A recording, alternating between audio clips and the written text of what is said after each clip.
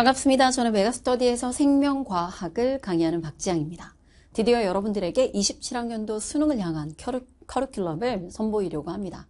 보통 커리큘럼 영상을 촬영할 때는요, 제가 개념을 또는 기출을 모의고사는 언제 출시하는지 이런 내용들을 발표하는 시간이곤 하는데요. 우리의 27학년도 수능은 좀 다르기 때문에 선생님이 커리큘럼 영상을 두 가지로 나눠서 이렇게 업로드할 생각입니다.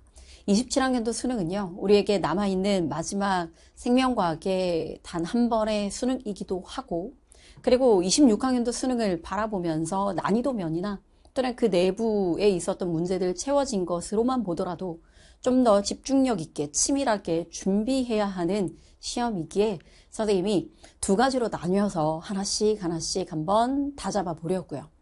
26학년도 수능, 기존에 있던 우리 지나간 26학년도 수능이라고 하는 시험을 보면서 27학년도를 대비해야 되는데, 선생님이 지나고 나서 보니까 26학년도에 해당되는 수능이라고 하는 이 시험의 결과만 가지고 26학년도 수능에 나왔던 그 등급 컷 또는 그 안에 들어있는 문제 이런 것만 분석하기에는, 이 결과만 놓고 보기에는 사실 그 전에 있었던 여러 가지 모의고사 또는 EBS를 통해서 26학년도 수능이 어떤 식으로 펼쳐질 건지에 대한 예고편들이 꽤 많았거든요.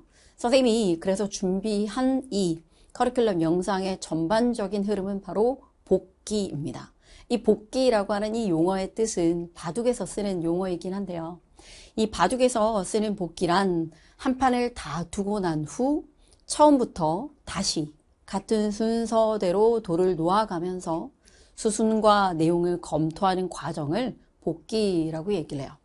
우리 26학년도 수능이라고 얘기하는 이 결과만 놓고 볼 것이 아니라 수능과 함께 그 전에 숱하게 치러왔던 모의고사, 그리고 26학년도를 준비시켰던 EBS, 이 안에 들어있던 이 내용들을 한번 분석을 해보자는 거예요. 사실 우리 큰 중병을 또는 큰 질병을 진단받기 전에도 분명히 이 질병과 관련되어 있는 증상이 있었을 것이고, 근데 이 증상뿐만 아니라 이럴 것 같은데 라고 얘기를 한다면 좀 예방할 수 있는 방법들도 분명히 있었다라고 하는 거 있었을 거란 말이죠. 그러다 보니까 우리는 자 이제 26학년도의 전반적인 이 전체 흐름을 보면서 27학년도에는 나는 이제 그 순간 이런 판단을 하고 이런 내용을 공부하고 이런 마음가짐을 가지면서 시작하겠다라고 얘기하는 이런 커리큘럼의 전반적인 이 전 단계에 대한 내용이 바로 이 영상 파트 1이라고 생각하시면 됩니다. 자, 그래서 선생님은요, 이 영상 안에서 명확하게 여러분들한테 전달하고자 하는 방향이 두 가지가 있어요. 첫 번째는 어떤 시험을 준비함에 있어서 가장 중요한 건 올해의 우리의 시험, 소위 말하는 즉 26학년도를 준비한다면 26학년도 전반에 걸쳐서 치러졌던 모의고사들 3월, 5월, 6월, 7월 그리고 9월, 10월 이 모든 이 우리의 시험에 대한 분석, 이 수능에 대한 트렌드 분석이 아주 중요하다라고 얘기를 하는 거예요. 제가 이렇게 얘기를 하면 학생들이 아니 올해의 시험이 이렇게 중요하다라고 얘기를 하면 기존에 있던 기출문제는 왜 푸는 겁니까? 왜 기출문제를 여러 번 공부하라 그러고 기존에 있던 기출문제들을 그렇게 많이 여러 번 또는 중요하다라고 언급하느냐? 이렇게 애들이 되묻는 친구들이 있더라고요. 선생님이 축구에 좀 비유를 해보면 여러분 올해에 대한 총정리와 올해 우리의 시험에 나올 만한 이 트렌드를 분석하는 이 과정은 마치 축구에서의 골대 앞에서의 슈팅 연습이라고 생각하시면 돼요. 어떤 식으로 어떤 각도로 자 볼을 차야지 골대 안으로 들어가는지 이거에 대한 마지막 집중력에 대한 훈련인 거죠. 근데 정확하게 말하면 저 멀리 축구 경기장 안에서 저 멀리 뛰어와야지만이, 다른 말로 얘기해보면 우리가 기존의 기출문제를 공부하는 이유는 이런 기초 체력인 겁니다.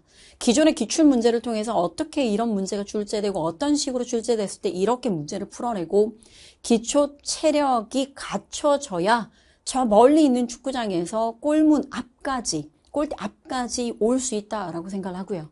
그렇기 때문에 기출에 대한 전반적인 연습을 하는 건 결국 기초 체력을 기르는 것과도 같고, 어떤 학생들은 이렇게 기초 체력을 기르는 것까지만 하고 모든 걸 다 했다라고 생각을 하거든요.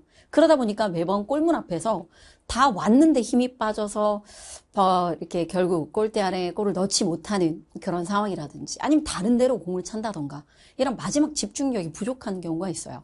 그래서 우리의 수능의 관점에서는 마지막으로 꼭 해야 되는 작업은 우리의 시험 안에서 예고편은 없었는지 이런 마지막 트렌드를 분석하는 작업이 너무 중요하다라고 하는 사실을 오늘 이 영상 안에서 여러 번 얘기할 거고, 그 다음에 또 두 번째는 자기 객관화. 사실 우리 공부하다 보면 도대체 얼마나 공부를 해야 된다는 건가? 여러분들도 궁금할 때가 있지 않나요?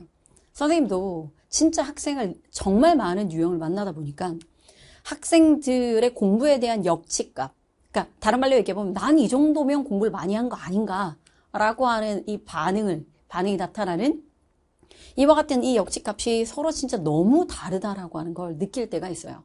어떤 친구는 가끔 와서 선생님 제가 개념도 공부하고 기출도 풀었는데 왜 성적이 오르지 않는 건가요? 중간쯤에 선생님한테 이렇게 하소연하듯이 오는 경우가 있거든요. 근데 제가 그 친구를 보면 제가 좀 오히려 당황할 때가 있어요. 이제가 개념을 공부했고 이제가 기출을 한 번 정도 이제 갓 돌린 수준? 이런 수준인데 이게 다른 학생들이랑 분명히 비교를 하다 보면 진짜 공부를 훨씬 더 많이 한 학생들도 진짜 많은데 그 친구의 입장에서는 제가 일생일대 이렇게까지 공부를 한 적이 없었던 거죠. 그러다 보니까 그럼에도 불구하고 왜 성적이 오르지 않느냐라고 하는 거, 자신의 공부에 대해서 이렇게 공부한 결과에 대해서 이해가 안 된다라고 얘기하는 이 반응이 나오는 학생들도 있어요. 그러면 그 학생들도 궁금할 거잖아요. 도대체 다른 애들은 어떻게 공부하는지, 얼마만큼 공부를 해야지 공부를 많이 했다라고 얘기를 하는지. 이 부분에 대해 제가 다른 학생들에 대한 거, 제가 작년에 만났던 친구가 기억이 나는데요. 와, 진짜 정말 멋있게 공부를 하는 학생들이더라고요. 제가 이게 학생도록 와, 진짜 얘 대단하구나 라고 하는 걸 느낄 때가 언제냐면, 그 학생이 선생님한테 수능 특강을 다 가져오면서, 수능 특강이라고 얘기하면 3월 정도 됐겠죠. 자, 그 정도 됐던 N수생입니다. 그 친구가 선생님한테 수능 특강을 자기가 다 푼 문제집을 가져오면서 저는 그 생각을 했죠. 이 문제 안에 혹시 어떤 문제가 힘들어서 선생님한테 질문하러 오는 건가 싶었는데, 그 친구가 자기가 다 풀었던 수능 특강을 딱 가져오면서 선생님 제가 이 EBS를 좀 분석했는데 좀 봐주시면 안 될까요? 라고 묻는 거예요. 그래서 한번 얘기를 들어봅니다. 선생님 이 문제는 제가 보니까 22학년도 나왔던 유전병의 변형이고 이건 23학년도에 있던 9월 평가원의 변형 문제였는데 이런 변형의 수준으로 공부를 하면 되나요? 또 선생님 제가 이 문제는 한 번도 보지 않았던 유형인데 제가 기출문제를 진짜 여러 번 돌렸고 그 다음에 이렇게 기출문제가 머릿속에 삭삭삭 스쳐갈 정도로 되게 많이 공부를 했는데 이런 유형은 단 한 번도 본 적이 없습니다. 근데 문제가 너무 좋아요. 너무 좋은데 이런 유형을 신유형이라고 생각하면 되나요? 라고 되묻더라고요. 이게 무슨 말이냐면 선생님도 기출문제를 정말 많이 공부하고 그 다음에 또 많이 풀어보고 그리고 이 문제 중에서도 나중에 EBS를 탁 하고 받아들었을 때 이 문제는 어느 해의 변형이고 그 다음에 또 이 문제를 풀다 보면 여기서 어떤 부분을 힘줬고 와 이건 새로운 문제인데 이 새로운 문제이긴 하지만 공들인 티가 나는 거죠. 공들였다라고 한다면 이 부분에 힘을 주고 있다라고 얘기하는 거라서 이 부분의 형태처럼 올해 시험이 흘러갈 거라는 뜻이지 않을까라고 하는 이런 형태로 분석을 합니다. EBS를. 근데 선생님이 바라보는 눈으로 그 친구가 바라보면서 자기는 아직까지 선생님이 학원 선생님 강사처럼 이렇게 여러 번 해봤던 게 아니기 때문에 자신의 수능을 위한 분석이다 보니까 이 분석이 혹시 미흡한 거인지 아닌지 선생님한테 확인받고 싶어가지고 왔더라고요. 여러분 이 정도로 공부하는 학생들이 있어요. 그러면 이 친구에는 기본적으로 개념을 공부했던 거는 당연하고요. 기출문제 한 번, 두 번 돌렸다. 한 번, 두 번 돌렸다의 수준을 좀 넘죠. 여기서 말하는 건 여러 회독을 하는 것이라기보다는 그 한 문제 한 문제를 집중해서 이 기출문제가 어떤 유형의 문제이기 때문에 이 문제를 풀어낼 때는 나는 어디서부터 시작하고 그 다음에 이 문제에서 내가 약점으로 생각하는 어떤 기출문제 중에서 내가 원래 잘 풀어내는 유형이 있는가 하면 자기 자신이 매번 봐도 여러분, 기출문제 중에 매번 봐도 여전히 이 문제를 어떻게 풀었더라 라고 해서 머뭇거리는 문제들도 있단 말이죠. 이런 것들에 자기 자신에 대한 공부, 내가 약하고 내가 강점인 부분을 알고 있는 정도, 이 정도로 공부해 놓는 학생들이 있습니다. 그래서 제가 가끔 선생님 저 도대체 어느 정도까지 공부를 해야 될까요? 제가 진짜 공부를 많이 했는데 제가 정말 답답합니다 라고 물어보는 애들한텐 선생님도 선생님 그 제자들 중에서 보면 공부 진짜 열심히 하고 와, 이 친구 진짜 멋있게 공부한다 라고 하는 애들이 있을 거잖아요. 그 친구가 공부했던 걸 다 미안한데 이거 한 페이지 두 페이지만 좀 복사해 보면 안 될까? 복사해 두면 안 될까? 내가 좀 가지고 있을게. 이렇게 가지고 있으면서 그렇게 되묻는 친구한테 보여줍니다. 보여주면서 지금 현재 너와 똑같이 공부하고 있는 학생인데 지금 이 안에서 이렇게 분석해 가면서 공부하고 있단다. 이런 친구도 있단다. 라고 얘기를 하면 선생님이 다르게 얘기할 필요가 없더라고요. 지금 내가 하고 있는 공부의 수준이라고 얘기하는 부분이 아직까지는 미흡하구나. 그럼 내가 조금 더 이렇게 달려나가야 되는 이런 부분들이 필요하구나. 라고 얘기하는 거. 그런 것들을 아는, 깨닫는 시점이 존재하더라고요. 제가 현장에서 공부를 이제 하고 있는 학생들과 인터넷 강의로 공부하고 있는 학생들에 대한 이 두 가지를 바라볼 때 현장은요, 옆에 있는 친구의 발전이 보입니다.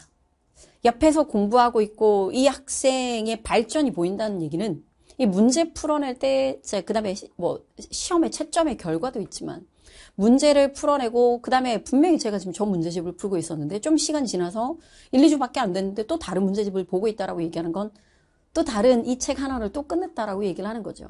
그래서 현장에서는요, 자기랑 똑같은 시작을 했던 애가, 똑같은 레벨이었던 애가 발전하는 게 자기 자신의 눈으로 보여요. 그러다 보니까 그만한 자극제가 없습니다. 그래서 그런 아이들 바로 옆에 있는 옆 친구의 발전을 보면서 채찍을 하면서 동반해서 상승하는 게 그런 강점이 있더라고요. 또는 반대로 얘기를 해보면 인터넷 강의는 이제 기본적으로 혼자 공부하는 친구들이 존재합니다. 그러니까 혼자 공부하다 보니까 어쩔 수 없이 학원 선생님들이 지금 선생님처럼 선생님이 가끔 영상에서 나와서 이렇게 공부를 자극하는 이런 영상이라던가 어쩌면 쓴소리의 영상이라던가 이런 것들을 통해서 자극받는 그런 친구들도 있는데, 다르게 표현을 하면 쌤 생각했을 때는 이 공부에 대한 자극이라고 얘기하는 것이 가장 필요한 이 부분이 인터넷 강의인 셈이고, 인터넷 강의에서 좀 더 면밀하게 자극을 주는 이런 요소들이 있어야지만 이 공부에 대해서 발전하고 욕심을 더 가질 수 있다라고 생각을 해요. 그래서 어떻게 하면 얼마나 공부해야 되는가라고 얘기하는 부분에 그때그때마다 선생님이 아이들을 자극할 수 있을까를 고민을 정말 많이 하는데, 작년에 이건 저에 대한 반성이기도 한데요. 작년에 선생님의 커리큘럼 중에 보면 모의고사 P도 있고 J도 있고 H도 있습니다.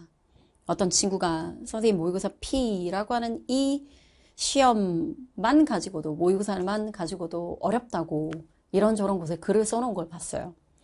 그때 그런 생각이 들더라고요. 선생님이 현장에 있는 학생들에게서는 마치 선생님의 눈으로 같이 보고 있잖아요.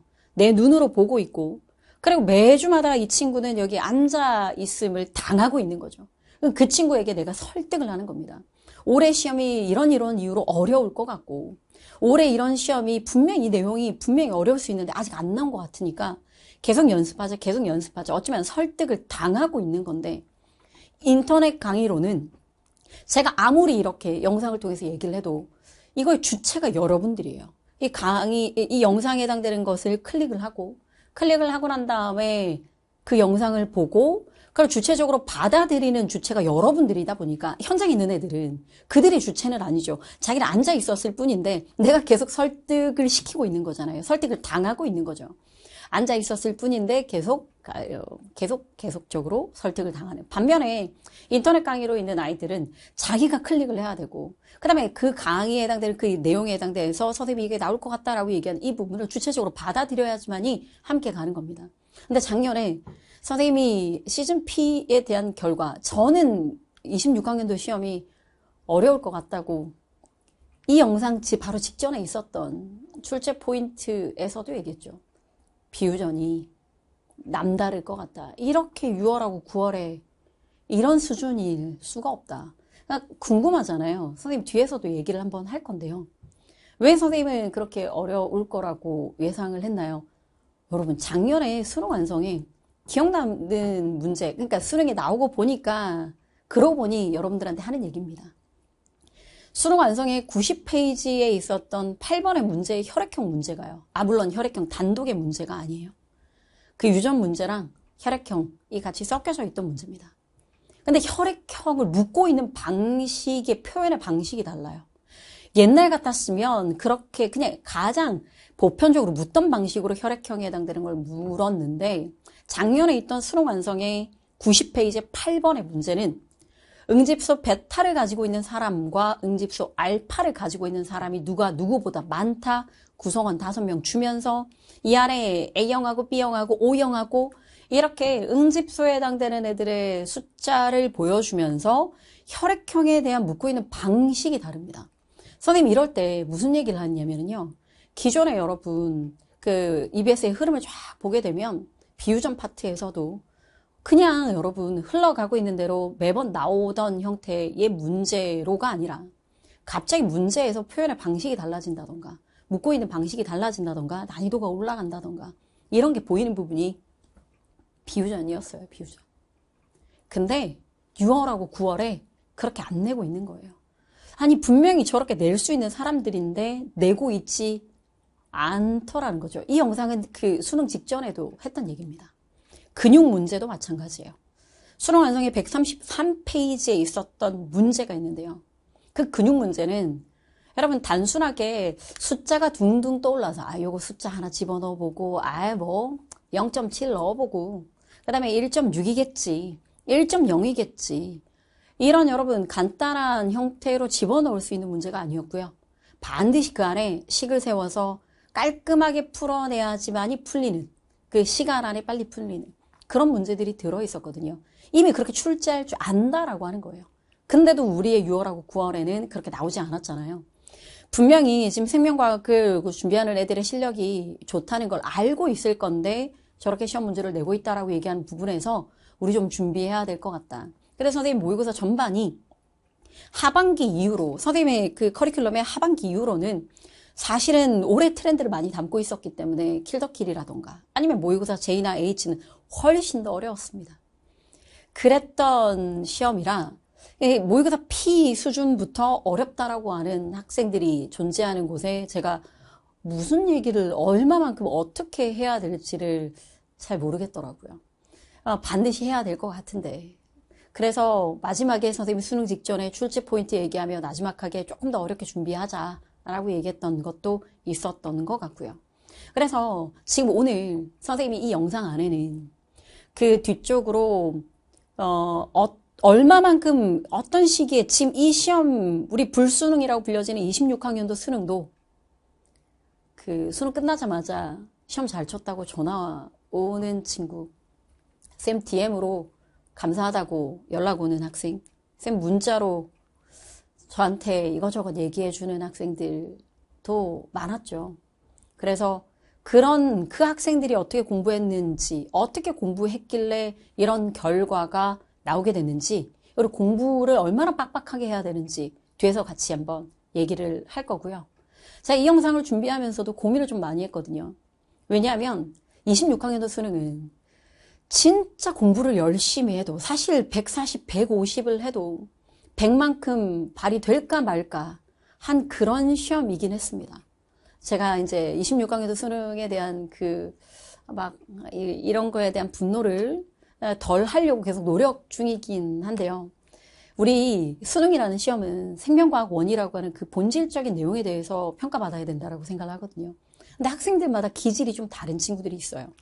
분명히 노래를 되게 잘하는데 무대 위에만 올라가면 떨고 있는 친구들 있잖아요. 물론 무대 위에 그 긴장감을 이겨낼 정도로 연습하면 되지 않나. 맞아요. 그만큼 연습을 했던 친구들이 엄청나게 많습니다.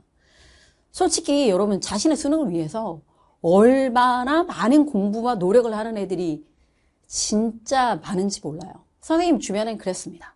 그래서 그런 친구들이 워낙 많았기 때문에 지금 이 영상을 찍으면서도 마치 너의 노력이 부족해서 그랬다라고 듣게 될까봐 마음이 아파서 선생님이 이 영상을 준비하면서도 고민을 좀 더 되게 많이 했었거든요.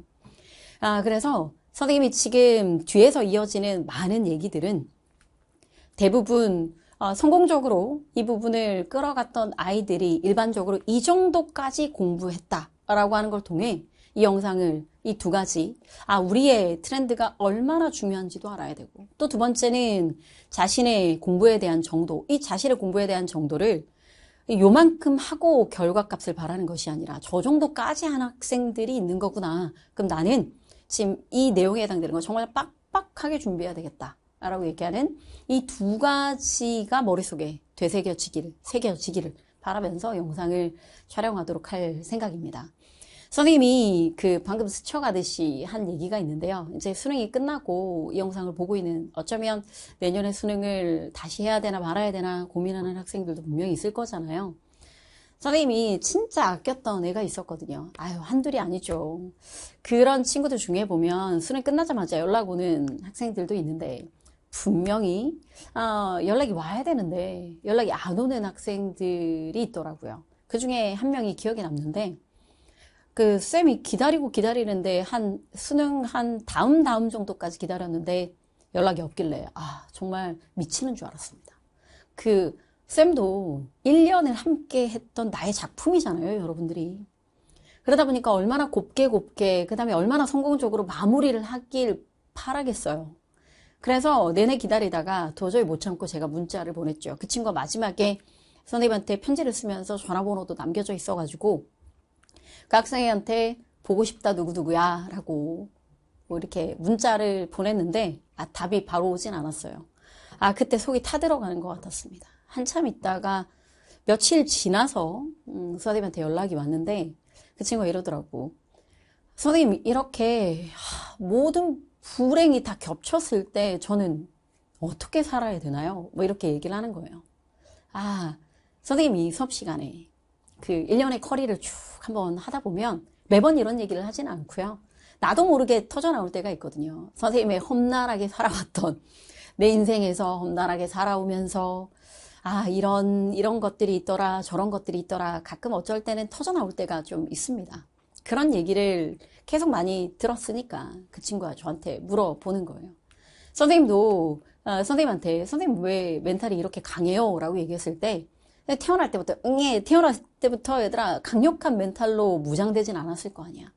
선생님에게도 이거 진짜 이 바닥인데 내 인생이 끝났는데 이렇게 절망적인 순간들도 당연히 있죠. 기억에 남는 두세 번의 순간들도 있고요.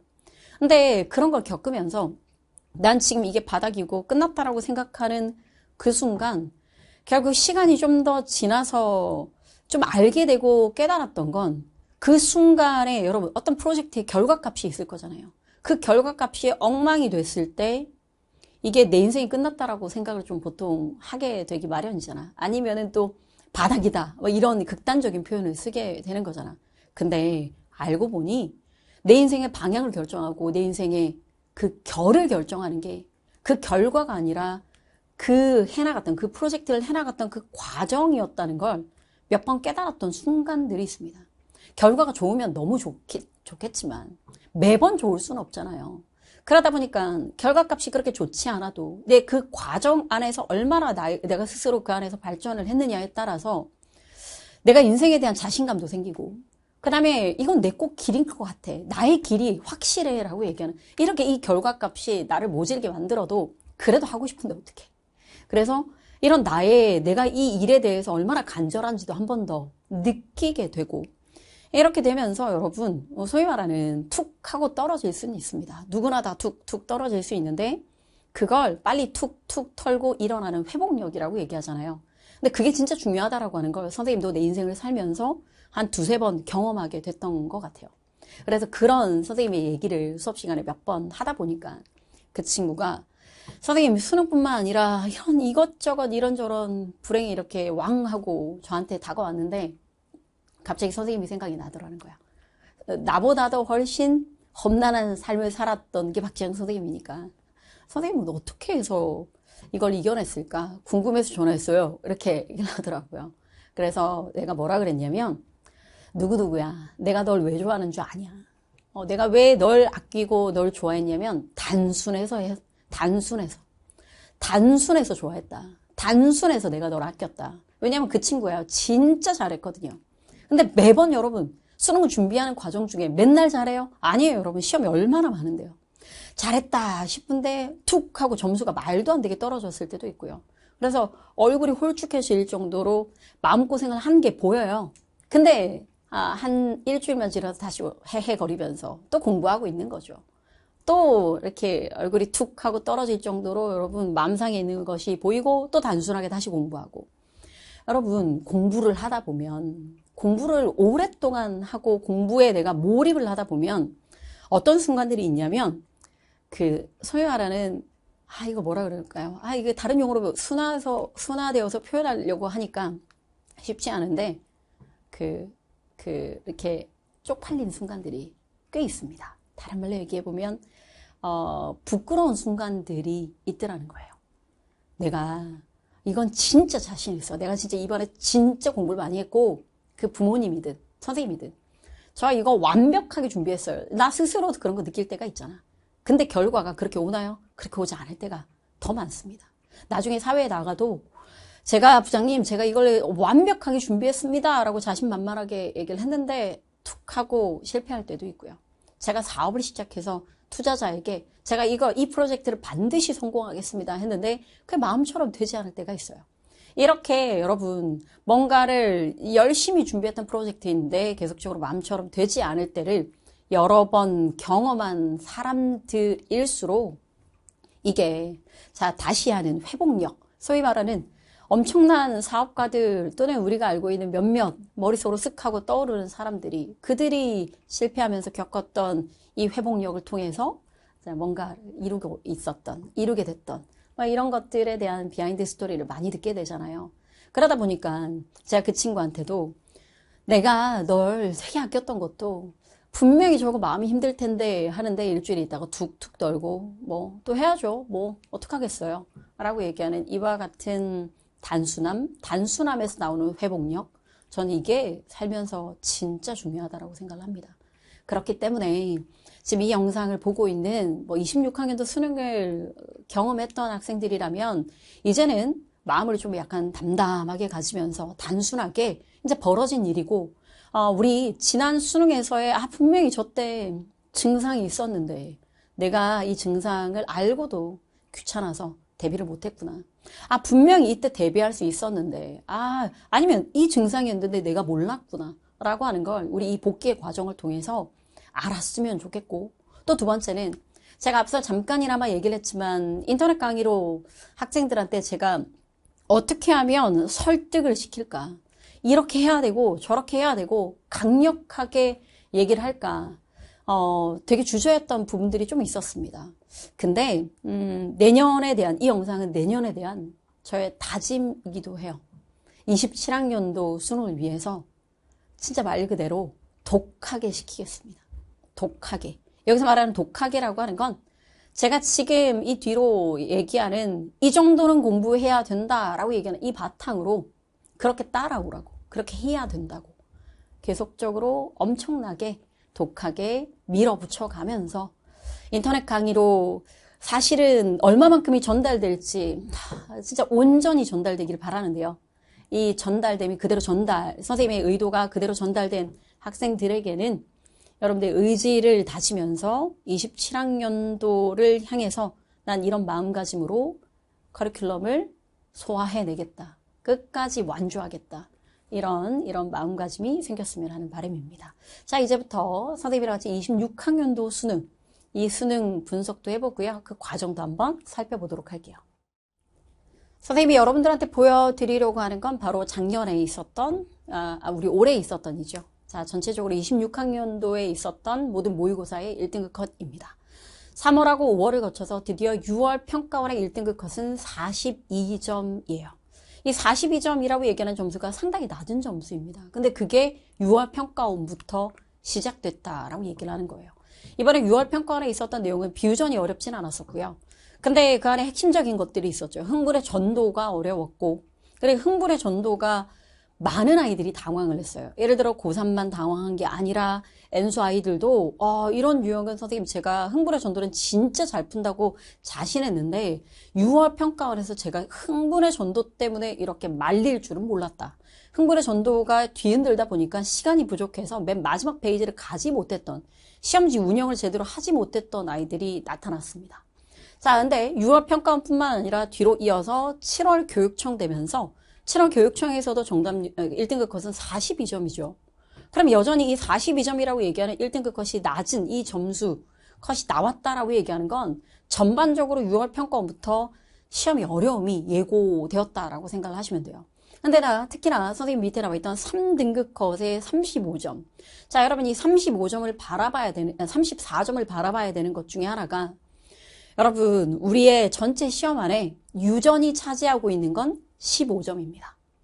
유전 문제 6문제가 차지하고 있는 것이 15점이고 남아있는 나머지의 비유전, 물론 그 안에는 전도도 있고 근육도 있죠. 그럼 이 전체 문제의 점수가 35점이라는 거예요. 그러면 3등급 컷이 34점이라고 얘기하는 건 그만큼 선생님 제가 그 생명과학은 좀 약간 최저만 맞추려고 하는데요. 그러다 보니까 저는 비유전 다 맞고 이렇게 전략을 가져오는 학생들도 있거든요. 여러분 생각보다 비유전 다 맞고가 상당히 쉽지 않은 일이라는 거예요. 생각보다 여러분 정말 많은 노력이 깃들여야 비유전 다 맞고가 되는 겁니다. 3등급 컷이 그대로 이어져 온 건 10월 교육청에도 마찬가지예요. 이렇듯 우리 6월 평가원이나 9월 평가원의 3등급 컷이 높다라고 하는 건 결국 비유전 좀 쉬웠다라고 얘기를 하는 거고, 반면에 7월하고 10월을 보면서 우리는 생각하는 겁니다. 아, 생각보다 비유전마저도 깐깐했구나. 그렇게 되면 이런 컷이 나올 수가 있는 거구나. 중간에 여러분 공부를 정말 잘하는 애들도 있지만 이걸 대충 됐겠지. 진짜 제가 만나보면은요, 기출도 끝까지 다 안 푼 친구들도 있고요. 유전병에 해당되는 부분을 그래도 최근에 있었던 3개년 정도의 유전병이나 가계도는 풀었어야 되는데, 아, 선생님, 저는 유전병은 아예 버리려고요. 아예 시작조차 하지 않은 아이들도 있고요. 기출을 한번 다 돌린다라고 얘기하는 이게 생각처럼, 이게 마음처럼 쉽지 않아요. 근데 그것마저도 하지 않은 아이들도 꽤 있다는 겁니다. 그게 3등급 컷에서 바로 드러나는 일이고, 이렇게 비유전이나 기본적인 내용에 착실하지 않았던 애들은 중간에 시험의 난이도가 유전 말고도 다른 게 올라가게 되면 와르르 무너질 수 있는데, 그런 것들이 이미 7월이나 10월에서 보여지고 있던 바고, 우리의 수능을 보면 수능에서의 1등급 컷은 42점이고 3등급 컷이 34점이라고 얘기하는 건 비유전마저도 깐깐하고 어려웠다라고 얘기를 하는 거죠. 선생님, 수능이 이때까지 역대에 이런 적이 있나요? 라고 한다면 있습니다. 21학년도, 22학년도 1등급 컷은 42점이었고요. 그랬기 때문에 지금 이와 같이 점수의 1등급 컷에 대해서 수능에서 어떻게 이럴 수가 있느냐라고 얘기한다면, 알고 보면 작년에 전반적으로 있었던 그 등급 컷 안에 우리는 몇 번 이런 일들을 겪긴 했다는 거예요. 자, 이제 그 다음으로 넘어가야 되는 부분은, 자, 우리의 수능 문제를 한번 살펴보려고요. 자, 수능 문제를 먼저 보시면, 자, 첫 번째 1번 1페이지를 보면 1번부터 6번까지 안에 보통 첫 번째 페이지의 정답률은 거의 90%거든요. 정답률이. 근데 눈에 보다시피 3번도 5번도 6번도 정답률이 70%대라고 얘기하는 건 결론적으로 여기에서부터 이렇게 힘들다 또는 내용이 많다, 함정이 많다, 그 다음에 깐깐하다라고 하는 걸 느꼈다면 정말 긴장을 했을 거예요. 보통 첫 번째 페이지는 눈으로 풀고 두 번째 페이지와 세 번째 페이지를 시험지를 잘 운영하려고 진짜 마음 먹고 들어갔을 건데, 첫 번째 페이지부터 이렇게 긴장되게 되면 오히려 여러분 시간에 대해서 압박감을 너무 많이 느끼게 됩니다. 자, 두 번째 페이지에서 여러분 눈여겨봐야 되는 건 이게 바로 DNA표, OX표 문제의 유전 문제이자 여기 보여지는 것이 혈액형 문제였습니다. 표현의 방식이 너무 남달랐고요. 접근할 때도 이게 당연히 풀렸어야 되는 이런 유형의 문제였는데 당연히 편안하게 풀리지 않으면 더 긴장이 가중되어서 머리가 굳어지게 되거든요. 자, 밑에 나와 있던 이 문제는 혈액형뿐만 아니라 밑에 나와 있던 이 문제 역시나 5단원의 문제인데 정답률이 훨씬 더 낮은 게 눈에 보이죠. 자, 뒤쪽에 있는 문제 13번과 15번. 자, 13번과 15번은 흥분의 전도와 근육입니다. 여러분 25학년도도 전도 근육 중에 근육의 정답률이 낮다라고 얘기를 했죠. 수능에서만 어려웠거든요. 이번에도 마찬가지예요. 전도하고 근육 중에서 근육에 해당되는 문제의 정답률이 떨어지고 있는 거 보이나요? 그래서 여러분들은 6월 평가원이나 9월 평가원에서 아무리 근육 문제를 무난하게 낸다 할지라도 근육이나 전도는 둘 다 똑같은 비중을 두면서 정말 난이도 있는 문제를 많이 모셔야 되는 겁니다. 자, 그래서 13번과 15번 뿐만 아니라 14번의 DNA표. 자, DNA표 안에 DNA표와 OX표가 합쳐져서 14번 문제 시간 진짜 오래 걸렸을 거라고 생각을 합니다. 14번의 문제를 해석할 때 시간이 오래 걸려서 이 14번의 문제를 얼마나 빨리 풀었느냐에 따라 마지막 페이지, 이 마지막 페이지에 남아있는 시간이 결정됐을 거고, 나중에 우리가 실전 모의고사 실무를 같이 함께 할 거잖아요. 제가 실무할 때마다 얘기를 하는데 2분이라고 하는 시간이 얼마나 소중한지 모른다. 즉 전체 6분 남은 거랑 전체 남아있는 8분이라고 하는 건 6분하고 8분, 2분 차이이긴 한데 8분이 되느냐 6분이 되느냐에 따라서 문제를 접근할 때 두 문제를 다 건드리겠다. 아니면 둘 중에 한 문제만 건드리고 앞쪽을 검수하겠다. 여러 가지 여러분 행동이 결정이 되거든요. 그러니까 앞쪽에서 시간이 얼마나 단축되느냐가 뒤쪽 페이지에 진짜 영향을 많이 줘요. 17번하고 19번의 이 자체적인 난이도는 아마 시험을 진짜 열심히 준비했던 애들은 시험지 다 끝나고 난 다음에 보면서 이렇게 이 문제는 진짜 내가 연습을 많이 했던 문제였는데 시작조차 못하고 시험이 끝났구나. 정말 아쉬웠을 문제입니다. 17번하고 19번 유전병이나 가계도라고 얘기한 문제가 그랬고 이런 만큼 시험지 운영에서 진짜 영향을 많이 끼쳤던 것은 비유절에서 빨리 풀어내는 힘과 그 다음에 흥분의 전도, 근육, DNA표, OX표라고 얘기를 하는 거죠. 그래야지 우리 유전에 관련돼서 유전병을 연습했던 것도 실력도 발휘하고 그 다음에 가계도의 실력도 발휘할 수 있는 시간에 장이 열린다라고 생각을 합니다. 그래서 선생님이 제 커리큘럼 안에 시즌 H에 들어가서 근육 문제, 이 문제 단순해 보이지만 식을 세웠어야지 풀 수 있는 문제거든요. K, 2분의 1 K 2배 차이 나고 그래서 바로 곧장 툭툭 풀어내야 되는 문제 유형도 선보여주고 그 다음에 26학년도에 있었던 OX표와 그 다음에 DNA 합이 연결되어 있던 문제들 보이나요? 그래서 이 문제가 나올 것 같아서 킬더킬이라고 얘기하는 문제 안에 전체 기니디리미비, 유전, 그리고 세포, 그리고 합 들어간 걸 매치하는 그 다음에 옆에 104번의 문제도 킬더킬 안에서도 유전자고 세포고 합 들어간 걸 찾아내는 이 세포 안에서 찾아내는 문제 이런 유형을 진짜 연습을 많이 시켰어요. 합이고 그 다음에 OX표라고 얘기를 해서 이런 유형을 많이 연습시켰다라고 얘기를 하는 겁니다. 이렇게 연습을 하는 시점에 킬더킬이나 시즌 H라고 얘기하는 이 모의고사가요. 선생님이 전반적인 커리큘럼, 제가 이 영상 안에서 말고 다음 영상 안에서 구체적으로 나는 이때 이런 걸 낼 거고 이때 이런 걸 할 거다라고 하는 걸 발표를 하겠지만 지나갔던 과정에 대한 얘기를 좀 잠깐 해보면 여러분 그 6월 평가원 이후로 즉 하반기 이후로는 모두 다 그 해의 수능의 트렌드를 담는 컨텐츠가 대부분이에요. 킬더킬에 해당되는 거 우리의 시험은 한 권 가지고는 안 되겠더라고요. 그래서 킬더킬 급하게 2권 안에 전도, 근육, DNA표, OX표만 담았고요.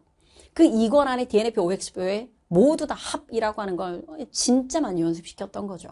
그 다음에 시즌 J와 시즌 H, 난이도, 시즌 P보다는 당연히 높을 수밖에 없었던 것들. 이렇게 해서 모든 그 컨텐츠 안에 하반기 때는 선생님이 앞서 얘기했던 우리의 올해 무엇이 나오고 올해 우리의 수능의 트렌드는 이렇게 될 거다라고 얘기하는 이런 하반기 커리큘럼이 있기 때문에 상반기 때 여러분 6월 평가원 전에 전체 기초 체력을 다 완료하셔야 되는 겁니다. 여기서 말하는 아까 선생님이 이런 얘기 했잖아요. 그 공부를 진짜 많이 했다라는 애들이 6월 평가원 전에 어떻게 얼마만큼 많이 했느냐 써주질 않고 말만 하겠습니다. 12월, 1월, 2월, 3월, 4월, 5월까지 5월이라고 하는 상반기 때 당연히 개념을 하는 거고요. 기출은 돌리는 거죠. 근데 기출을 돌리고 난 다음에 한번 전체를 보고 또 두 번째 유전만 따로 봅니다. 유전만 다 따로 보고 난 다음에 또 유전병만 따로 합니다. 유전병만 또 따로 해요. 그래서 선생님이 알고 보면 선생님이 작년 강좌에 보면 6월 평가원 전에 3개년 핵심 기출 정리 유평 전에 나왔던 거고요. 또 그 전에 선생님이 유전병이라고 얘기하는 것도 또 한 번 다시 해야 된다. 유전병 특강도 다시 냈고요. 자, 그래서 여러분 보면 기출에 관련돼서도 개념을 하는 거죠. 기출 한 바퀴 돌리는 거죠. 그 다음에 그 안에서 유전만 또 따로 하는 거죠. 그 유전 아래에 유전병만, 왜 유전병만 따로 했냐면, 제가 유전병이라고 하는 그 강좌의 오리엔테이션에서도 얘기했는데, 진짜 유전병 풀라는 게 아니고, 물론 유전병을 맞추라는 거지만, 유전병이라고 하는 이 문제가 사실 알고 보면 DNA표, OX표에서 여기 숟가락 하나만 딱 얹으면 유전병이 되고, 단일인자, 다인자 문제에서 숟가락 하나만 딱 얹으면 유전병 문제가 되니까 이 유전병 문제를 보면 DNA표, OX표, 그 다음에 또 단일인자, 다인자, 가계도의 가장 최고 난이도를 경험하는 거다. 그렇기 때문에 유전병을 공부한다는 건 이 유전병 자체를 공부하는 거이기도 하지만 각각의 영역에 기출 안에서 나올 수 있는 최고의 난이도를 경험하는 그런 학습의 효과가 있으니까 유전병 공부하자라고 여러분 정말 많이 얘기해요. 매주마다 얘기해 줍니다. 그럼 애들이 이제 하도 들어서 박지영 또 얘기하네. 그래 알았어. 할게. 뭐 이렇게 하는 거죠. 그러다 보니까 6월 전에 개념 공부하고요. 기출 공부하고요. 그 다음에 유전하고요. 유전병 한 번 더 하죠. 그 다음에 또 들어가는 것 중에 하나는 자 요거 하고 난 다음에 EBS. 자 EBS 얘기할게요. EBS를 그해 나온 EBS만 하지 않습니다. 작년에 있던 우리의 EBS 중에서는 언제부터 어려워졌냐면 26학년도 이전에 25학년도 수능 완성부터 진짜 어려웠거든요. 문제도 진짜 좋고. 그래서 그때 문제도 다시 보라고 얘기를 하고요. 그러면 해당 연도에 EBS 보죠. EBS 볼 때 그냥 단순히 풀었다가 아니에요. 방금 얘기했었죠. 이 문제는 기출, 어느 부분의 기출이랑 비슷하기 때문에 중요하고 요거는 신유형이라서 중요하고 표현의 방식이 중요하고 EBS 보는 거죠. 그럼 EBS도 작년 거 보고요. 올해 수특 보고 올해 수완 보고 그중에 중요했던 문제 다시 또 기출과 비교해가면서 또 보고요. 아니 이게 실제로 하는 거라고요. 실제. 그리고 또 여기에다가 킬더킬도 얘기합니다. 킬더킬이라고 얘기하는 고난도 엔제도 6월 평가원 전에 이미 한 번 경험을 해요. 선생님 나온 건 유평 이후에 킬더킬이 나왔잖아요. 올해 킬더킬이라고 하는 고난도 엔제 말고 작년에 엔제를 푼다는 겁니다. 작년 엔제의 킬더킬 문제를 이미 다 한 번 푼다는 거예요. 그럼 보시면 개념하고요. 기출하고요. 유전하고요. 유전병 한 번 더 하고 그 다음에 EBS 작년 거. EBS의 작년 거 보고요. 올해 거 보고요. 그 다음에 고난도 엔제 작년 엔제 보고요. 자 이제 그때쯤 됐다라고 얘기하면 5월에 이제 드디어 이제 우리의 수능에서는 우리의 평가원에서는 이런 식으로 문제를 내지 않을까라고 얘기하는 난이도 있는 모의고사를 만드는 거죠. 물론 그 전에 모의고사에 기출 변형 모의고사라고 하는 아주 가벼운 것들, 기출 문제를 약간 변형했거나 아니면은 기출 문제를 배열을 다시 해서 시간 안에 풀어내는지도 한번 살펴보고 이런 작업들을 했고 그리고 이제 본격적으로 시즌 B라고 해서 자체 제작 문제로 우리의 트렌드는 이런 식이지 않을까라고 얘기하는 6월 평가원 전에 시즌 P를 하고 그리고 혹시라도 개념을 한 지가 너무 오래됐기 때문에 너네 그 시간이 부족하면 안 되니까 비유전 모의고사 실전편 10회분이 있으니 매일마다 10분씩 재고 시험을 쳐라. 왜냐면 비유전은 개념은 애들아 개념 공부해야 돼 라고 얘기하면 애들이 개념은 했는데 다 나 아는데 근데 여러분 실제 모의고사에서는 많이 틀려요. 내가 이걸 까먹었네. 내가 이걸 놓쳤네. 이 그래프 해석을 앓고 이렇게 여러분 개념의 또는 비유전이라고 얘기하는 이 부분 자체가 생각보다 자기 자신이 발견하기가 쉽지 않거든요. 자신의 빈틈을. 그래서 그걸 어디에 장치에 맡겨야 됩니다. 그러니까 비유전 모의고사라고 얘기하는 걸 통해서 내가 풀어봤는데 나 이거 안다고 생각했는데 틀렸네. 계속 그 부분만 틀렸다. 방어 파트만 계속적으로 계속 틀리고 있다. 다시 해야 돼요. 선생님이 혈액형 문제가 있는데 이게 혈액형 제가 공부를 안 했는데 하나도 못 풀겠네요. 이렇게 여러분 자기의 공부의 빈틈을 이렇게 시험을 통해서 만나는 겁니다. 근데 풀모 모의고사 말고 비유전에 해당되는 저와 같은 실전편을 통해서 공부를 시켰고요. 그리고 난 다음에 6월 평가원 시험을 쳤어요. 그리고 난 다음에 6월 평가원 시험을 쳤다고요. 이게 모두 다 있었던 일입니다. 6월 평가원 시험을 쳤고 6월 평가원 시험 치고 난 다음에 학생들이 좀 이렇게 늘어지거든요. 좀 늘어지기 마련이에요. 그럼 늘어지기 마련이니까 이제 우리 그 늘어진 부분들을 다시 꼼꼼하게 채우기 위해서 유평 때 분명히 잘한다라고 생각했었던데 그 부분 중에 나는 이걸 완벽하게 해냈다라고 생각했는데 약점 임파트가 있어요. 그러면 6월 평가원 이후에 자신의 약점에 대해서 쌤 제가 이 작년에 6월은 전도가 난리 났었거든요. 애들이 제가 12월부터 5월 달까지 전도 얘기하면 특히나 N수 애들 얘기를 해줄게. N수 애들은 전도 문제를 앞에서 선생님이 풀어주면 아유 왜 그러시나 전도는 저도 적당히 풉니다. 근육 문제도 풀어주면 저도 좀 적당히 근육은 좀 풉니다 라고 해서 눈빛부터 좀 다르거든요. 그러니까 늘어져 있는 게 좀 느껴져요. 근데 6월 평가원의 전도가 탕 하고 어려우면서 한번 공부했던 애들도 긴장하다 보니까 전도에 대한 걸 어떻게 분석하고 어떻게 이렇게 다잡아야 되는지 이걸 고민하는 시기가 있었어요. 그래서 6월 평가원 이후에 제가 했던 건 전도 문제. 자, 이제 난 나라면 내가 약점이라고 생각하는 걸 그대로 놔두지 않을 것 같다. 그럼 선생님 어떻게 해야 되는 겁니까? 나라면 전도 문제를 그냥 고만고만한 난이도 말고 진짜 어렵다. 내가 다시 풀어도 이건 좀 어렵겠는데? 라고 얘기하는 문제 많이도 아니고 10문제. 10문제 딱 잡아가지고 그걸 훅 시간 안에 풀어보고 또 두 번째 이제 복기. 제가 이 복기라고 하는 단어를 쓰지 않았을 뿐이지 진짜 많이 말했던 건 여러분 문제를 풀 때 감으로 풀면 나중에 불안해요.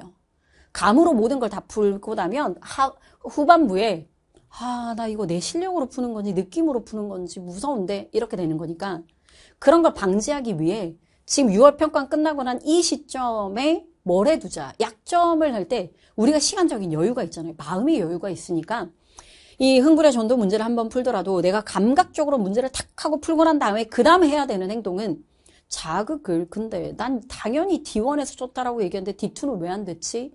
D2면 이렇게 됐구나. 근데 D4는 왜 안 되는 거였지? 이렇게 됐구나. 막전이가 이러면 같은 막전이가 나오는 거구나. 한 문제를 진짜 얼마나 많이 푸는지 몰라요. 이렇게 풀어보고 저렇게 풀어보고 내가 풀었던 방식으로 한번 풀어보고 여기 아래에서 다른 방식은 없는지 풀어보고 여러분 집중력이라고 하는 거 있죠. 솔직히 말해서 집중력이라고 얘기하는 건 이때 발휘되어야 된다고 생각합니다. 집중력이 좋은 친구는 이렇게 계속적으로 한 문제를 또 풀어보고 또 풀어보고 또 풀어보는 지겨움과 그다음에 이 반복에서 나오는 이런 여러분 근질근질함을 이겨내야 되거든요. 그래서 이 인내심도 필요하단 말이에요. 이 모든 것들이 쌓여서 하나의 유형에 대해서 확실한 자기 자신감을 얻게 돼요. 그래서 그런 걸 해야 된다라고 얘기를 해서 그때 선생님한테 오면 너는 전도가 부족하구나. 그럼 전도 많이도 아니에요. 10문제 이렇게 해서 줍니다. 그럼 이거 해오라고. 그 옆에다가 뭐 해오라 그러냐면 옆에 동그라미 1번, 2번, 3번. 선생님 문제 풀 때 동그라미 1번, 동그라미 2번, 3번. 이 문제의 순서를 매겨주거든요. 그럼 네가 이 문제를 보면 도대체 어디서부터 시작해야 되는지 가장 유용하고 그다음에 가장 의미 있는 동그라미 1번을 찾는 연습을 해라. 나는 이 조건부터 해석했을 때 문제가 풀리는 실마리. 문제의 핵심 난서라는 거죠. 그래서 그걸 찾게끔 시켜와요. 그리고 근육이 문제다라고 얘기, 근육. 그 다음에 DNA표. 이때 DNA표도 어려웠거든요. 그럼 그거 이렇게. 그래서 6월 평가 이후에 약점을 체크하는 시간을 가졌습니다. 약점을 체크하는 시간에서 전도하고 근육하고 DNA표, OX표 연습을 좀 시켰고요. 그리고 난 다음에 비유전 틀렸다고 찡얼찡얼 선생님 제가 엄청 쉬웠는데도 또 틀렸어요. 어떡하죠? 그런 친구한테 지금 하지 말라고 그랬어요. 지금 해봤자 비유전 하지 말고 너 그거 틀린 거 말고 유전하라고. 차라리 전도하고 근육하고 이거 먼저 해라. 비유전은 막판에 다시 팍 한번 정리를 하자. 그래서 그때 좀 틀렸다라고 얘기를 해도 다시 개념으로 돌아가는 건 안 돼요. 왜냐면 다시 개념으로 여러분 6월 평가 딱 찍고 난 다음에 개념을 좀 틀렸다고 나 개념을 좀 틀렸네. 다시 개념으로 돌아가서 공부해야지. 그럼 어떻게 되냐면 6월 평가원 치고 안 그래도 늘어져 있는 마음인데 개념을 다시 보면 다 아는 것 같고 이렇게 쭉 무기력해져요. 그렇기 때문에 그렇게 하지 말라고 얘기를 했고요. 내가 가장 어렵고 내가 가장 많이 정복해야 되는 부분을 끈질기게 이렇게 물고 늘어지라고 얘기를 했거든요. 그래서 전도라고 얘기하는 부분에 1번부터 10번까지 문제를 딱 내주면 여러분 놀라운 친구가 있습니다. 가져옵니다. 선생님 제가 했어요 라고 얘기하면서 예쁘게 이렇게 가져와요. 이렇게. 남자애들 중에서도 얼마나 꼼꼼한지 몰라요. 저는 남학생 중에 막 이렇게 하면서 막 행동이 큰 애들보다 자기가 딱 해야지 하는데 저 멀리서 조용히 듣고 있어요. 그리고 자기가 싹 다 합니다. 근데 내가 필요한 순간이 생겨요. 조용히 와서 하나 쓱 하고 물어봅니다. 장난 아니에요. 진짜 어쩜 그렇게 꼼꼼하고 어쩜 그렇게 야무지게 공부하는지 몰라요. 진짜 멋있어요. 그런 친구들이 있단 말이죠. 그래서 그렇게 해서 가져옵니다. 가져온 걸 보면은요. 10문제인데 그걸 지운 흔적이 있어요. 그러니까 지우고 다시 풀고 지우고 다시 풀고 다시 풀면서 1번, 2번 이렇게 하면서 그 친구가 그 10문제를 다 끝내고 나서 저한테 와서 하는 말은 선생님 좀 뭔지 알 것 같아요 라고 얘기를 해요. 제가 전도가 막막했는데 여기서 막막하다는 건 못 푼다는 뜻이 아니에요. 여러분 기출의 전도 중에 26학년도 이전의 문제 중에 대충 다 풀만 합니다. 근데 막막했다라고 하는 이 친구의 표현은 이게 너무 뭔가 모래성 위에 쌓은 실력 같아서 단단한 느낌이 없는데 이걸 어떻게 하면 내가 진짜 실력이야 라고 하는 이 단단함을 갖출 수 있을까? 이런 막막함이었거든요. 근데 그게 좀 해결된 것 같다라고 얘기하는 표현이에요. 그래서 6월에 이런 걸 엄청 열심히 노력했고 6, 7 넘어가면서 드디어 킬더킬에 해당되는 것이 나왔을 때 킬더킬에 해당되는 문제는 문제 안에서 풀고 또 풀고 또 풀고 이 풀고 또 풀고 시키면서 고난도 N제. 근데 지금쯤 이 고난도 N제 풀었을 때 제가 진짜 아끼는 친구 중에 하나는 와가지고 이러는 거야. 왜 이렇게 선생님이 고난도 N제 선생님 수업 들어오기 전에 1권 다 풀었는데 어떡하죠? 아니면 2권 다 풀었는데 어떡하죠? 그러면 뭘 어떻게 세상 모든 N제를 풀어 그냥 내가 선생님 거 말고도 다른 모든 N제를 풀어. 그래서 여러분 7월하고 8월하고 9월 평가원 전에 그냥 정말로 했던 애들 중에 제가 실제로 만난 애들입니다. 조용히 와가지고 저 N제 4권째예요 라고 말하는 애들도 있고요.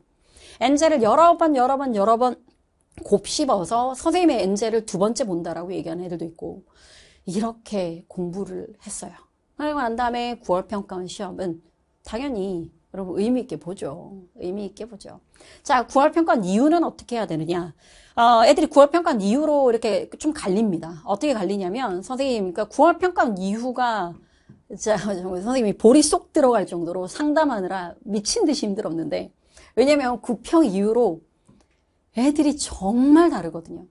어떤 애는 방금 얘기했죠. N제를 한 4권 푼 애도 있고 어떤 애는 N제 한 권을 곱씹어가면서 푸는 애도 있고 아직 실모를 4건만 풀었던 애들도 있고 그 다음에 아직 실모까지 할 정도까지 아니고 선생님 제가요 지금 이거를 열심히 노력하지 않았는데 이제 좀 해보려고 해요. 정말 많아요. 그래서 9평 이후로는 진짜 잘하는 친구와 정말 준비 안 된 친구의 스펙트럼이 엄청 넓습니다. 그때마다 해야 되는 거예요. 근데 그때마다 해야 될 때 제가 9월 평가원 이후에 어떤 애가 이제 또 와서 한 번씩 울음을 또 쏟곤 하거든요. 울음을 쏟는 친구들이 자기는 생명 그냥 하지 말까요? 뭐 이렇게 포기하고 싶다고. 이게 될까 모르겠다고. 그때 선생님이 내가 생각해도 좀 약간 모질게 말했던 것 같은데 너의 눈물에 동조해 줄 마음은 없고 지금부터 선생님이 일주일마다 해오라고 하는 일주일 안에 3일씩 끊어서 주는 이 과제들을 다 해봐라. 3일씩. 너 생명에 대해서 얼마만큼 투자를 할 수 있니? 지금 시간을 얼마만큼 잡고 있니? 그러면 3일씩 나눠가면서 이 3일은 뭘 강의 1강에 몇 강을 듣고 여기서 문제를 딱 풀고 뭐 하고 그렇게 해서 여러분 하는데 이런 똑같은 코치를 A하고 B 중에 A에게도 하고 B에게도 똑같이 한단 말이죠. 그럼 A처럼 딱 해오는 애가 있어요. 3주 지나고 난 다음에 뭐라 그러냐면 선생님 제가요 메가대성 메데프 시험에서 이번에 드디어 처음으로 만점을 받았어요. 뭐 이런 말들 합니다. 실제 있었던 일들이에요. 그래서 저는 자기 자신의 각성이 얼마나 중요하고 그래서 자기 자신의 절실함이 얼마나 중요한지가 진짜 시험이라고 하는 큰 프로젝트에서는 여러분들이 맘먹는 게 정말 중요해요. 시기가 늦었고 말았고 이걸 다 떠나서. 그래서 나는 애들 중에 진짜 여러 친구들을 많이 보잖니. 준비를 진짜 열심히 한 친구. 그 다음에 또 미흡했는데 각성해서 미친 듯이 몰입하는 친구. 분명히 한다 그랬는데 끝까지 안 하고. 끝까지 안 하고 뭐 했는지만 계속 들여다보고 이러는 친구, 욕심은 있는데 몸이 따라오지 않는 친구, 이런 친구들 되게 많거든요. 그래서 그 결과도 다 다릅니다. 다 달라요. 그래서 수능 이후에 연락 온 친구들을 얘기하면 아까 뭐 엔제 내건 받고 뭐 그랬던 친구 연락 왔거든요. 그래서 인스타에도 글 하나 올리긴 했는데 그런 친구들 선생님 제가 와 그렇게 진짜 미친 듯이 했는데도 17, 19 중에 한 문제를 못 풀었대. 손댈 시간이 없었대. 아 정말 잘하는 친구예요. 얼마나 잘하는 앤데 17, 19 중에 선생님 둘 중에 제가 하나는 못 풀었습니다. 라고 얘기를 하더라고요. 그 정도로 빡빡했고 손 떨렸던 시험이다. 네, 그 친구의 문자를 받고 와 힘들었구나. 진짜 힘들었구나. 또 다른 친구는 선생님이 또 다른 친구 중에 이제 그 이렇게 뒤늦게 와서 각성했다라고 얘기하는 애도 있었다 그랬잖아요. 각성했던 애는 이렇게 말이 너무 귀여웠는데 뭐라고 얘기했냐면 이렇게 결론 그 선생님 걔가 나한테 보낸 거에 그 문제의 결론은 뭐였냐면 네 것보단 낫더라. 너의 모의고사보다 낫더라. 다른 말로 쌤 시즌 J와 시즌 H 진짜 어려웠고요. 그 뭐 비유전 지역편도 정말 지역이고 그 다음에 선생님이 그 하라고 하는 것들도 다 막 이상한 문제 끝까지 하라 그러고 그 다음에 진짜 어려운 거 끝까지 하라 그러고 뭐 그렇게 했었기 때문에 수능 문제에서 그러니까 너무 나의 이상 요상한 것들 보니까 평가원에 해당돼 이게 양반이더라 뭐 이렇게 원래 여러분 평가원 시험이 좋다라고 하는 게 아니라 원래 그렇게 나오면 안 되는 시험인데 이번 우리 수능이 좀 이상했던 거지. 어찌됐든 그렇게 매번 그 선생님이랑 같이 하면서 막 이렇게 주사를 많이 맞았던 거죠. 예방 백신을 많이 맞은 거지. 그러니까 진짜 이상했던 역대급으로 이상했던 우리의 수능임에도 불구하고 이게 다시 정신을 차리고 수능 시험을 자신의 원래 페이스대로 할 수 있었지 않았나라고 생각을 합니다. 그래서 그 방금 선생님이 과정을 쭉 얘기했잖아요. 쭉 얘기하면 뭐가 필요하냐면 상반기 때 진짜 할 거 정말 많거든요. 기초 체력을 상반기 때 개념하고 기출하고 그 다음에 또 기출 중에 유전하고 또 그 안에 또 유전병도 한 번 더 보고 그 다음에 EBS 분석하고 그 다음에 지나간 엔제이긴 하지만 킬더킬 선생님이 작년 거겠지. 그거 한번 풀고 왜냐면 올해 거 새로 나오기 전에 봐야 되니까 이런 문제 풀고 그 다음에 나오는 시즌 6월 평가원 대비하는 문제도 또 풀고 모의고사 풀고 하기 직전에 비유전에 관련된 거 풀고 그러면 이게 상반기 때 일어나는 일이에요. 이렇게 이걸 다 해야 될 만큼 독하게 준비하셔야 됩니다. 저 역시나 독하게 인터넷 강의로 내가 얼마만큼 어떻게 설득을 할 수 있을까 고민을 했는데 이 영상부터 여러분들한테 같이 함께 하자고 이렇게 하니까 사실 진짜 성적이 나오긴 하더라고. 그러니 딱 맘먹고 1년을 달려보자 라고 하는 걸 여러분들한테 인터넷 강의로 듣고 있는 여러분들한테도 설득을 하고 있는 겁니다. 함께 해보자고요. 아셨죠? 자 이제 선생님의 수능 커리큘럼이라고 얘기하는 거에 파트 1을 끝냈고요. 말이 진짜 길어졌네요. 그 하고 싶었던 말들도 많고 막 이거저거 많았는데 이런 얘기를 많이 풀어내야 자 이제 그 다음에 본격적인 저희 커리큘럼이 좀 이해가 될 것 같아서 선생님이 다음 시간에 있을 저의 커리큘럼 파트 2를 통해서 27학년도 어떻게 준비해야 되는지 자 강좌를 가지고 한번 얘기해 보도록 하겠습니다. 여기까지 메가스터디에서 생명과학을 강의하는 박지향이었습니다.